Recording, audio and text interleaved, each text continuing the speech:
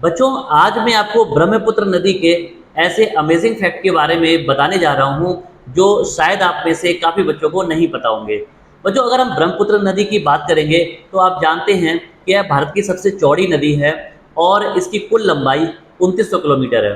आप देखते हैं कि जब भी भारत में सबसे लंबी नदी की बात की जाती है तो उसमें गंगा का नाम आता है, जो कि 2525 किलोमीटर लंबी है। लेकिन ब्रह्मपुत्र नदी की अगर हम बात करेंगे तो यह गंगा से भी ज़्यादा लंबी है, लेकिन इसका नाम इसलिए नहीं आता है क्योंकि इसका ज़्यादातर जो हिस्सा है वो तिब्बत में बहता है। ब्रह्मपुत्र नदी तिब्बत में स्थित मानसरोवर झील के पास में स्थित आंगसी ग्लेशियर से निकलती है और इसके बाद तिब्बत में एक बहुत बड़ा हिस्सा इसका प्रवाहित होता है।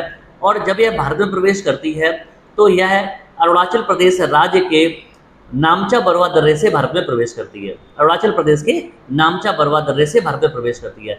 जब यह भारत में प्रवेश करती है तो अरुणाचल प्रदेश में इसका जो नाम है वह दिहांग हो जाता है और ब्रह्मपुत्र नदी को अगर हम तिब्बत में बात करेंगे तो सांगपो या यारलुंग कहा जाता है।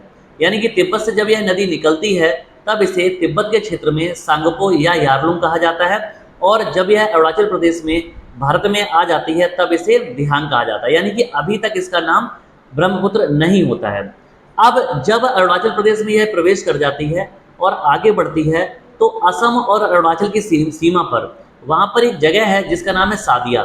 सादिया के पास में दिबांग और लोहित नाम की दो छोटी नदियाँ इससे मिल जाती हैं और इसके बाद जब यह असम की सीमा में प्रवेश करती है तब इसका जो नाम है वह ब्रह्मपुत्र पड़ जाता है।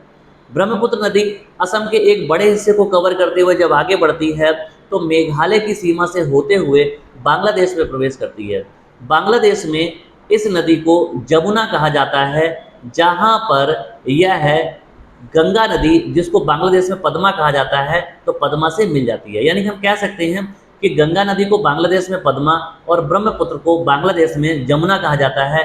तो गंगा और ब्रह्मपुत्र या फिर पद्मा और जमुना का संगम हो जाता है और जब यह संयुक्त धारा थोड़ी सी आगे बढ़ती है तो मणिपुर की पहाड़ियों से आने वाली बराक नदी की मुख्य धारा, जिसे हम मेघना के नाम से जानते हैं, उससे मिल जाती है और इसके बाद इस पूरी संयुक्त धारा का नाम मेघना पड़ जाता है और मेघना के नाम से ही गंगा और ब्रह्मपुत्र नदियाँ बंगाल की खाड़ी में डेल्टा बनाते हुए गिरती हैं। गंगा और ब्रह्मपुत्र का जो डेल्टा है यह पूरी दुनिया में सबसे बड़ा नदी डेल्टा है। ब्रह्मपुत्र की अगर हम और खासियत की बात करेंगे तो यह दुनिया में ऐसी नदी है जहां पर सबसे बड़ा नदी द्वीप स्थित है और सबसे छोटा नदी द्वीप भी स्थित है। इसका ये मतलब हुआ कि आप लोग जानते होंगे कि जब भी हम किसी द्वीप, टापू या आइलैंड की बात करते हैं तो ये ज़्यादातर देखा गया कि समुद्र के हिस्से में ही होते हैं। टापू का मतलब है ज़मीन का एक ऐसा हिस्सा जो चारों तरफ पानी से घिरा हुआ होता है।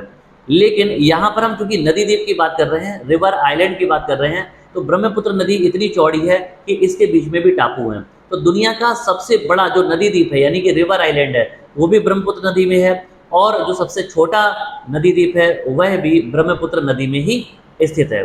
अगर हम बच्चों सबसे बड़े द्वीप की बात करेंगे तो उसका नाम है माजुली, जो कि ब्रह्मपुत्र नदी में असम के क्षेत्र में है।